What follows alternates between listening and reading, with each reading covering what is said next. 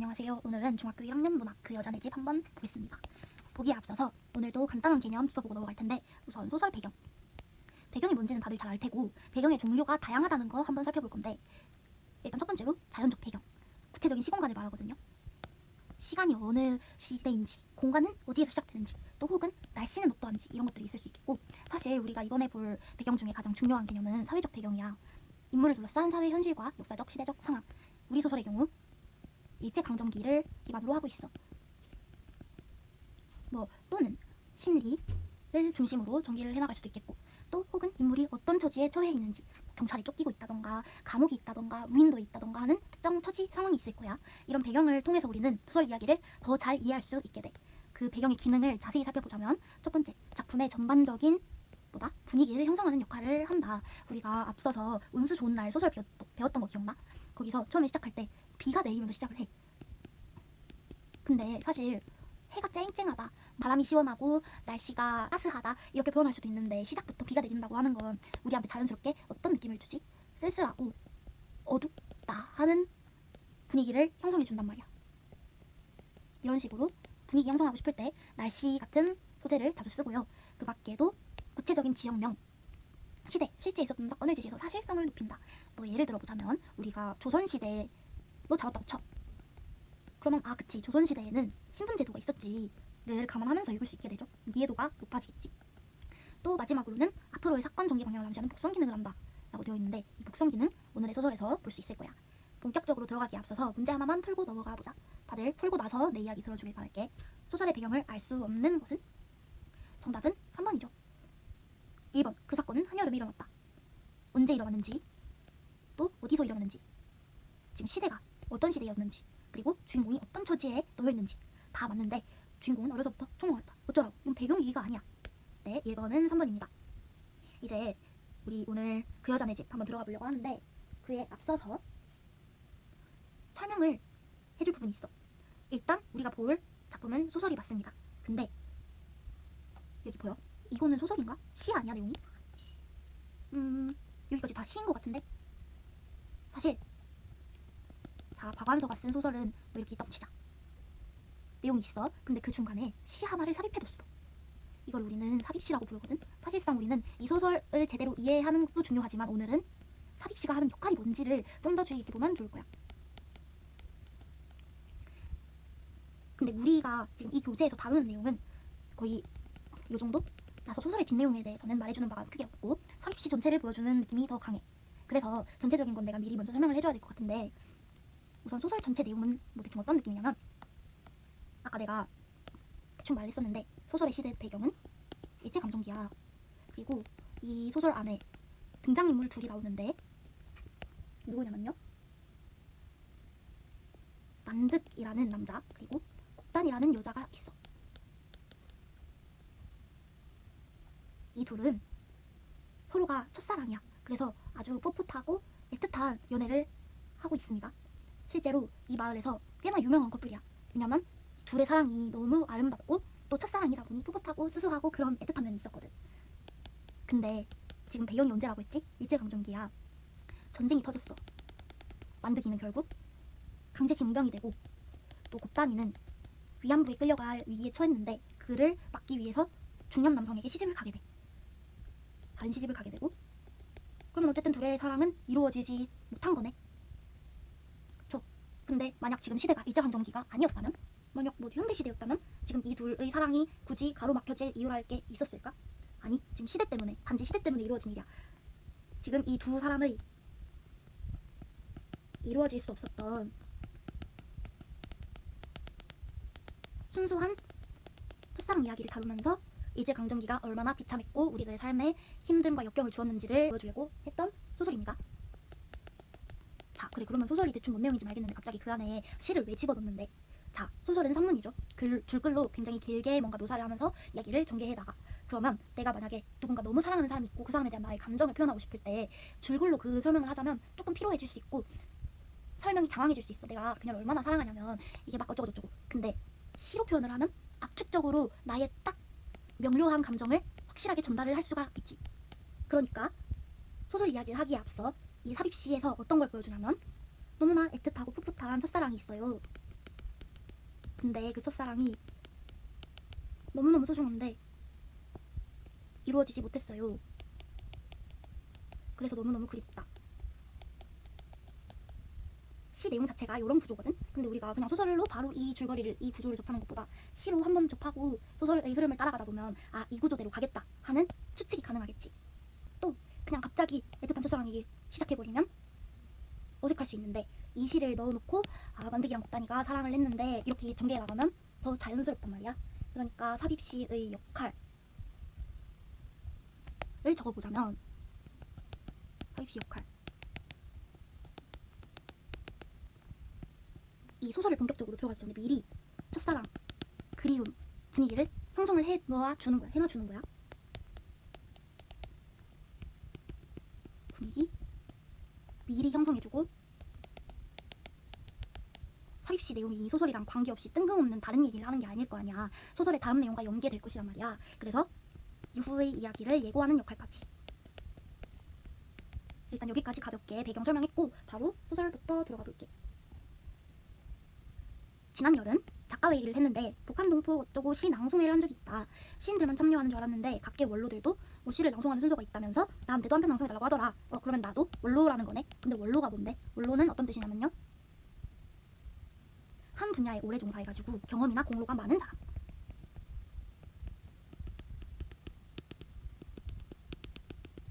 경험이나 보다 공로가 많은 사람. 근데 나 역시 원로인가봐. 나한테도 시 한 편 낭송해달라고 했대. 내가 원로 소리를 듣게 된 게 당황스럽긴 했는데 뭐 빠질 만큼 반질반질하지 못했어. 하겠다고 했어. 이렇게 말하지만 사실은 자기는 낭송하고 싶은 시가 있었대요. 어떤 시였냐면 나는 김용택의 그 여전의 집이라는 시에 사로잡혀 있었다. 그렇구나. 뭐 이 시가 좋은 시인가? 난 처음 들어보는 것 같은데 이런 생각이 나. 근데 얘가 하는 말 보니까 김용택은 내가 좋아하는 시인 중에 한 사람이긴 한데 내가 또 제일 좋아하는 시인은 아니야. 마찬가지로 그 여전의 집이라는 시도 뭐 그렇게 빼어난 시인지는 잘 모르겠어. 근데 그럼에도 나는 최근에 이 무렵에 이 시에 사로잡혀 있었어. 어느 정도냐면 시 낭송회에서 나한테 한 편 뭐 낭송해달라고 할 때 떠올렸던 시가 될 정도로. 그런 의미에서 삽입시의 역할 하나 더 적어놓을게요. 회상의 계기. 이 당시 화자가 그 여전의 집이라는 시를 보고 사로잡혔던 이유는 어떤 이야기를 회상하게 되었기 때문이야. 이 시를 읽으면서 회상을 하게 되었어. 회상의 스위치라고 볼 수 있겠지. 어쨌든 지금까지 배경 설명을 했으니까 그 여전의 집이라는 시 자체를 간단하게 살펴보자. 지우고 읽어볼게. 가을이면 은행나무 은행잎이 노랗게 물드는 집, 해가 저무는 날, 먼 데서도 내 눈에 가장 먼저 뜨이는 집, 생각하면 그립고 바라보면 정다운 집.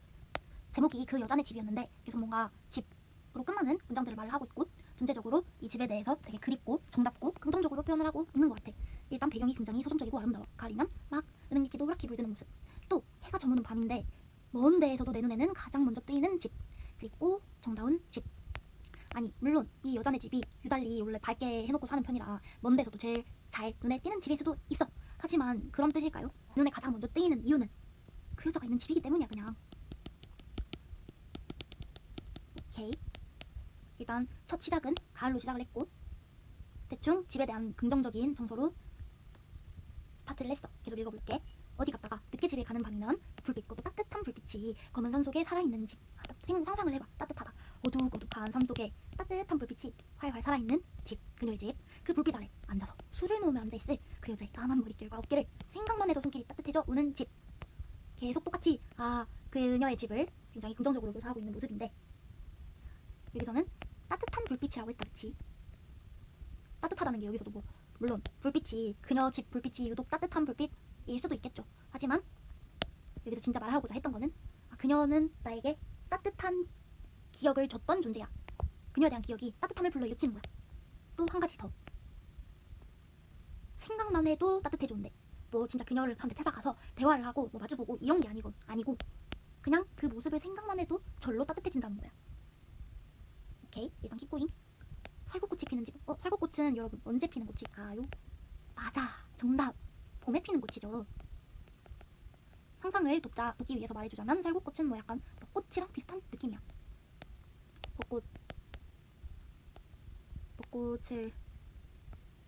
살구꽃은 좀 더 흰색에 가깝기야 하다만 일단 해보자.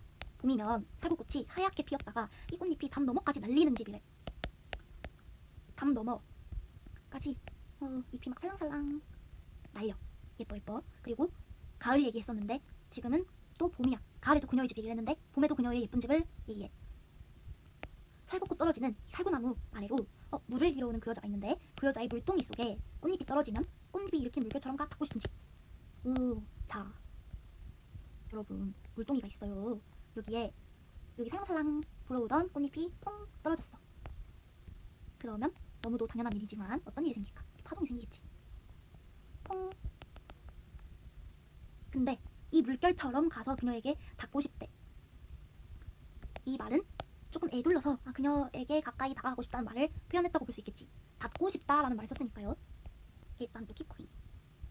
방금은 살구꽃 봄 얘기했는데 또 샘물안댕잎이 지고 나면 그 여자뿐만 아니고 지금은 이제 뭔 얘기하냐면 그 여자 아버지랑 또 그 여자 큰오빠가 지붕에 올라가 하루 종일 지붕을 이는 집, 노란 집. 근데 여러분, 지금까지 계속 집 하는데 이게 진짜 뭐 어떤 그녀의 집이라는 공간 자체가 뭐 예쁘고 그립고 한 걸까요? 그것보다는 그 여자가 사는 공간이기 때문에 여자의 모든 것을 좋아하는 차원에서 그 여자의 집까지 함께 추억을 하는 느낌으로 받아들여야겠지.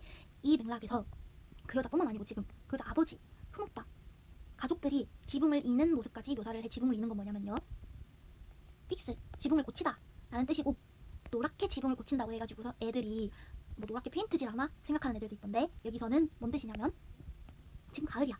온 세상이 은행잎 때문에 노래. 가을이라서 주변이 모두 노란 걸 이렇게 예쁘게 표현한 거야.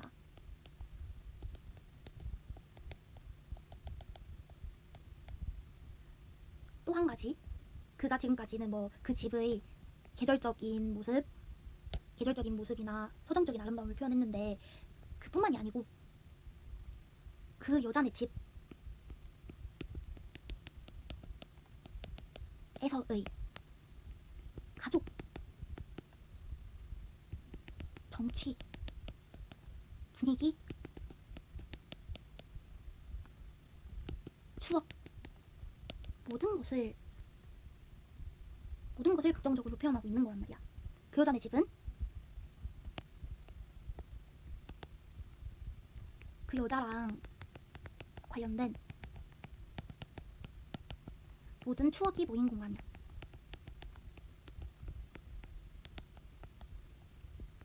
이렇게 볼 수 있겠지? 가족의 모습마저 지금 정말 화목하고 아름답고 보기 좋은 모습. 그래가지고 어쩌다가 그 여자네 집 문이 열려가지고 그 사이로 만약에 마당이 보이고 하면 또 그 여자가 그 마당을 왔다 갔다 하면서 막 뭔 말을 하고 말소리가 그래서 들리고 옷자락까지 막 언뜻언뜻 보이기도 하고 이러면은 어떻게 하고 싶냐면 그 마당에 들어가서 나도 그 일에 참여하고 싶어지는 집이래요. 근데 조금 적극적이어졌음을 알아차려야 돼. 아까까지는 뭐라고 했냐면, 봐봐, 이 얘기 있어. 꽃잎이 물동이에 떨어지면 퐁 하고 생기는 그 물결처럼 그녀에게 닿고 싶다. 또 그전에는 생각만 해도 사실 막 따뜻해져 온다 이랬는데 이제는 어떻게 하고 싶냐면 나도 직접 그 집에 들어가서 함께 참여하고 싶어지는 집이래. 또 가까워지고 싶은 마음이 점점 강하게 느껴진다. 가까워지고 싶은 마음, 다가가고 싶은 마음으로 볼 수 있을 것 같아. 자, 그 다음 말들도 마찬가지로 예뻐. 마당에 햇살이 노래. 저녁 경기가 폭폭폭 곱게 올라가고 뒤 안에는 강이 붉게 익어있고 참새 때도 막 지저귀는 집. 아름답다, 그치? 눈까지. 지금 봄 살구꽃 얘기했고 가을 은행잎 여러 번 얘기했는데 이제 겨울까지 갔네. 그냥 이 집을 사계절 내내 보고 표현하고 있네. 일단 계속 볼게. 아침 눈이 하얗게 천막끝을 지나서 마당에 내리고, 그 마당에 내리는데 그 여자가 그 사이에서 몸을 웅숭크리고 아직 눈을 덜 쓴 마당을 지나서 김치를 내려가다가 눈이 정말 예쁘게 온다 하고 눈이 가득 내리는 하늘을 막 이렇게 바라보다가 속눈썹에도 눈이 이렇게 내렸나봐. 눈 탁 털면서 김치똥에서 김치를 내려가려고 딱 열었을 때 하얀 눈송이들이 내리고 있으니까요. 김치똑 안으로 하얗게 내리는 집. 또 김치똑에 김치 꺼내려고 엎드려있는 그 여자의 허리에 눈송이들이 하얗게 얹어 내려지는 집. 그래서 내가 이번에는 목화송이 같은 눈이 되어 내리고 싶은 집. 눈이 되어서 그녀에게 내리면 그녀와 직접적으로 닿는다, 그치? 아까 뭐 물결로 되어서 그녀에게 닿고 싶다 보다 점점 더 가까워지고 있는 모습이야. 그리고 목화송이라는 건 어떤 느낌을 주지, 얘들아? 목화송을 한번 떠올려봐. 어떤 느낌? 포근하고 부드러운 느낌이 들지 않니? 그런 부드럽고 포근한 이미지의 눈이 되어서 그녀 가까이에 가고 싶대요. 또한 지금 전체적으로 방금 내가 읽은 부분을 한번 보면 그냥 사실 행동만 따라가 보면 눈 오는 날 김치 내려가다가 하늘 한번 쳐다보고 김치 또 그냥 열고 눈 계속 오고 있어. 이게 끝이야. 근데 이 사소한 모든 그녀의 행동을 굉장히 사랑스러운 시선으로 따라가고 있는 게 느껴지지 않니? 사랑스럽게 바라본다. 여러분들도 그냥 뭐 평범한 사람이 하면 그냥 아무렇지 않은 행동, 같은 행동도 내가 사랑하는 사람, 호감이 있는 사람이 똑같은 짓을 하면 뭔가 더 예뻐 보이거나 멋져 보이거나 사랑스러워 보이는 경험을 앞으로 하게 될 수도 있고 뭐 했을 수도 있고 하단 말이죠. 그 일련의 경험이 사실 뭘 상징하는 거냐면 첫사랑이라는 게 얘들아 얼마나 애틋하고 조심스럽고 풋풋해. 전체적으로 이 시에서는 첫사랑의 정서가 딸려 있어. 계속 조심스럽게 그녀에게 다가가고 싶어해. 또 추가로 보통 문학에서 눈이라는 게 나오면 일반적으로 어떤 느낌을 가져가지? 포근하고 또 조용하고 하얗잖아. 순수한 이미지 이런 걸 지닙니다. 이건 참고로 얘기했고 킵고잉 몇 밤을 새워 눈이 계속 내렸나봐. 그래서 아무도 오가는 이 없는 정말 늦은 밤 그 여자의 방에서만 뜨뜻한 불빛이 새어 나오면 발자국을 숨기며 내가 그 여자네 집 마당을 지나 그 여자의 뜰방에 서서 그 여자 눈맞은신 한번 딱 보고 내 머리 어깨에 쌓인 눈 털고 눈송이들도 못 들을 만큼 작은 목소리로 가만가만히 여자야 그 여자를 부르고 싶어지는 집. 그 여자네 집. 네, 여기까지 읽어봤습니다. 일단 우리가 집중해야 될 부분들부터 짚어볼게. 발자국을 숨기며 이게 어떤 친구들은 뭐 스토커 아니냐 이렇게 말하기도 하던데 그렇다기보다 첫사랑이 지금 얼마나 조심스럽고 애틋한지를 보여주는 이 조심스러운 행동들이거든 사실. 그냥 막 그녀네 집을 뭐 탁탁탁 걸어가지고 쾅쾅쾅 야 여자 이렇게 대하는 거 아니고 발자국을 숨길 정도로 조심스럽게 가가지고 눈송이들도 그 작은 눈송이들도 못 들을 정도로 작은 목소리로 그녀를 부르고 싶대. 그것도 막 날뛰면서 길길이 날뛰며 이게 아니고 가만히 부르고 싶대. 조심스럽게 부르고 싶대.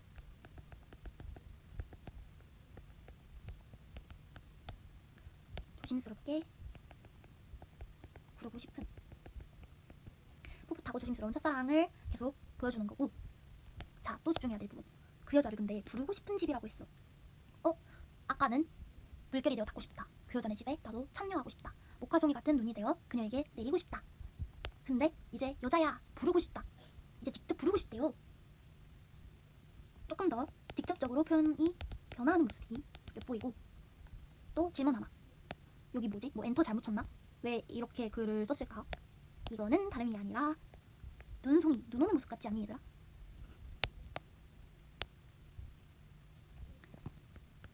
눈이 내리는 듯한 시각적 효과를 느낄 수 있어.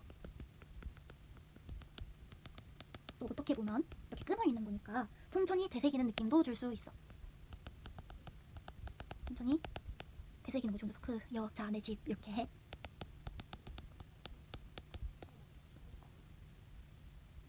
자, 계속 봅시다. 어느 날인가 그녀가 밥을 머리에 이고 가다가 딱 나랑 마주쳤을 때 어머나 깜짝 놀라며 뚝 멈춰서서 두 눈을 동그랗게 뜨고 나를 쳐다보며 반가움을 하나도 감추지 않고 환하게 고봉밥 마냥 환하게 하얀이 다 드러내며 웃던 그녀. 한박꽃 같던 그녀. 중요하진 않지만 목밥은 뭐냐면요, 모내기 하러 갈 때 먹는 밥을 말하거든. 모내기 하다가 들에서 먹는 밥. 그리고 지금까지는 화자가 혼자서 계속 그 여자네 집 너무 아름답고 그 여자한테 다가가고 싶고 뭐 이런 말만 해가지고 뭐 짝사랑인가 했는데 뭐 쌍방인지 어떤지는 몰라도 적어도 화자를 싫어하지 않는 것 같아. 너무 반가워하고 고봉밥처럼 크게 웃잖아. 얘들아, 고봉밥이 뭔지 아나요? 옛날에 양반들이 주로 먹던 밥을 고봉밥이라고 했는데 우리가 공깃밥을 상상해보면 밥이 한 요 정도 양이 되잖아? 근데 고봉밥은 밥을 뭐 한 요 정도로 쌓은 밥그릇을 말을 해. 근데 지금 이땐 과거야. 쌀이 얼마나 귀한데. 근데 그 쌀을 고봉으로 쌓아뒀다? 이거는 어마어마하게 풍요로운, 풍족한, 넉넉한 의미를 나타낸단 말이야. 풍성하고 넉넉함. 뭐가? 그녀의 웃음이. 그녀가 그러니까 이렇게 대충 억지로 웃는 웃음이 아니고요. 정말 고봉밥만큼 환하게 웃었던 그녀라고 한 겁니다. 여기까지만 하면 아름답다는 느낌, 뭐 풋풋하네 이런 느낌을 주로 느낄 수 있었는데 아래 내용을 보면 그 여자가 똑같은 19살까지 살던 집. 갑자기 왜 과거형이지? 살던이면 지금은 안 산다는 거 아니야? 우리 동네 바로 윗동네 가운데 고사 첫집. 고삿은 뭐냐면요, 좁은 골짜기라는 뜻. 우리 동네 바로 윗동네 가운데 윗골짜기 첫 집이었대. 제일 먼저 보이던 집. 내가 밖에서 집으로 갈 때 제일 먼저 눈길이 가는 집. 그 여자가 안 보이면 저절로 내 발걸음이 느려졌던 그 여자네 집이었는데 지금은 이 세상에 없는 그 집. 이게 지금까지 한 얘기가 뭐 지금 당장의 떠오르는 사랑의 감정을 표현한 게 아니고 돌아갈 수 없는 추억에 대해 노래한 시였군요.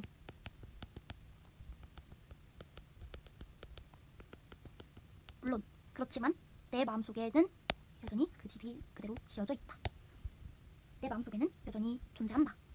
일단 이 시는 크게 두 가지 주제를 가져간다고 보면 돼. 첫 번째로는 앞서서 여러 번 얘기했던 첫사랑, 풋풋하고 애틋하고 조심스러운, 그리고 두 번째는 그리움의 정서야. 그래, 첫사랑 정서 맞고 다 맞는데 근데 지금은 아니야. 살던 집이고 지금은 그 집 없어. 그냥 내 마음속에는 있지만 내 마음속에 있다는 것보다 난 그리워 그 집. 하지만 그 집은 이제 없어. 일단 두 가지 중요한 거 적었고, 눈 감으면 살구꽃이 바람에 하얗게 달리는 집. 살구꽃 봄 얘기다 그랬지? 근데 또 눈 내리고 눈이 살구나무 실가지 사이로 모카송이 같은 눈이 사흘이나 내리던 집, 그 여자네 집. 자, 여러분 살구나무 한번 그려볼까나? 자, 봄에는 어땠어? 눈 감으면 살구꽃이 막 하얗게 날렸어. 뭐 봄 날리는 모습 상상해봐. 아름다워. 근데 겨울에는 이 살구나무는 그대로 있어. 물론 살구꽃은 없겠죠. 살구 뭐 가지만 이렇게 썰렁하게 남아있을 텐데 이 살구나무 실가지 사이로 눈이 내리던 집이라고 표현을 해. 눈이 송송송. 그러면 봄에도 겨울에도 이 살구나무 자체는 그대로 있네. 지금 화자는 봄에도 이 집을 보고 겨울에도 보고 가을에도 보고 그 여자의 집에 대해서 사계절과 모두 연결시키면서 표현하고 있다. 사계절 전체가 그 여자와 연결되어 있다.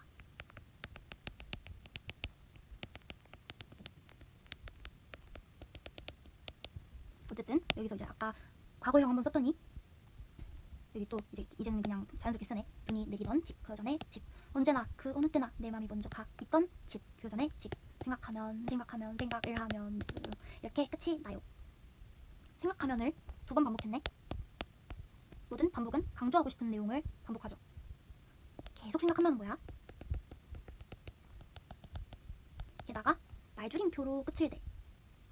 이건 어떤 느낌을 주냐면 말줄임표는 여운도 주고 여기서는 끝나지 않았다는 느낌까지 줘요.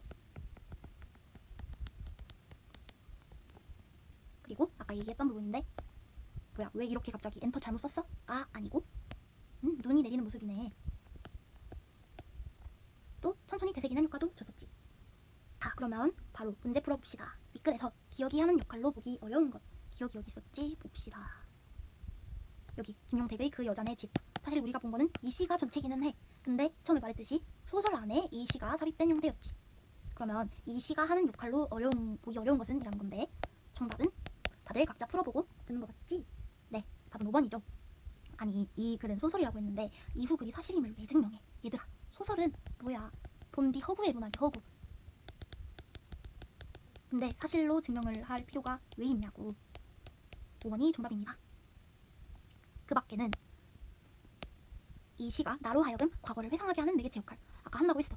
낭송회 하면서 뭔 시 발표하지? 하다가 그래 나는 요즘 이 시에 사로잡혀 있었지. 그 여자네 집 하면서 그 여자네 집을 딱 이렇게 다 제시하고 나서 그 뒤에 자신이 회상한 과거가 나온단 말이야. 그게 만들기 곱단이 내용이었던 거고, 또 독자에게 흥미를 불어일으키는 소재로서의 역할. 맞죠? 우선 이 시 먼저 제시함으로써 이거 무슨 내용이지? 굉장히 감정이 좀 진하게 느껴지는데 지금 이거 막 애틋한데 하고 흥미가 불러일으켜진 상태에서 소설을 이어나가 읽을 수 있을 테니까 이것도 맞다.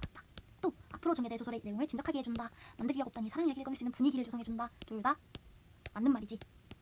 이 시와 연관이 있는 또는 이어지는 또는 유사한 내용이 펼쳐질 것이니까. 이제 3번 볼까? 윗글의 삽입시를 낭송할 때 유의할 점으로 가장 적절한 것은 정답은 다 같이 소리 내볼까? 하나, 둘, 셋. 네, 3번이죠. 잘했어. 과거에 대한 그리움의 정서가 잘 드러나도록 속도를 조절해가며 읽는다. 아까 얘기했었는데 기억날지 모르겠다. 두 가지가 가장 중요하다고 했거든. 이 소설에서 첫 번째는 첫사랑의 정서, 두 번째는 그리움. 그냥 첫사랑에 대한 이야기인 줄 알았는데 중후반부부터 보면은 과거형을 쓰면서 살던 집, 있었던 집 이렇게 하잖아요. 그리움. 맞습니다. 이제 마지막 문제다 얘들아. 니은에 대한 설명으로 적절하지 않은 것. 니은 뭐였는지 볼까? 여기 맨 마지막 문장이거든. 보라색 박스. 적절하지 않은 것. 시어를 반복하여 화자의 정서를 강조하고 있다. 맞아. 미처 말로 표현할 수 없는 추억임을 강조하고 있다. 그치? 말로 다 표현이 안 되니까 말줄임표를 쓰는 거잖아. 그치? 말로 다 표현이 안 돼. 여운을 줘. 끝나지 않은 느낌을 줘. 이제 4번 잊혀지지 않는 그 여자에 대한 그리움을 표현하고 있다. 그쵸. 그 여자가 지금은 왠지 모르겠는데 없어. 근데 잊혀지지 않으니까 계속 그리워하고 그 여자가 살던 집을 막 떠올리고 하는 거잖아. 마지막 5번 말줄임표를 통해 감정을 조절하고 시상을 마무리하고 있다. 이것도 맞습니다. 그러면 답은 3번인데 사실 당연하죠. 아니 이 시에서 우리 긴박한 느낌 한 번이라도 느낀 적 있니? 얘들아 아니지. 3번이 정답이고 여기까지가 수업 끝입니다. 다들 오늘도 수업 듣느라 고생했고 이제 푹 쉬어도 되나? 그래도 수업 들었으니까 좀 쉬다가 다시 공부하던가 합시다. 수고했어.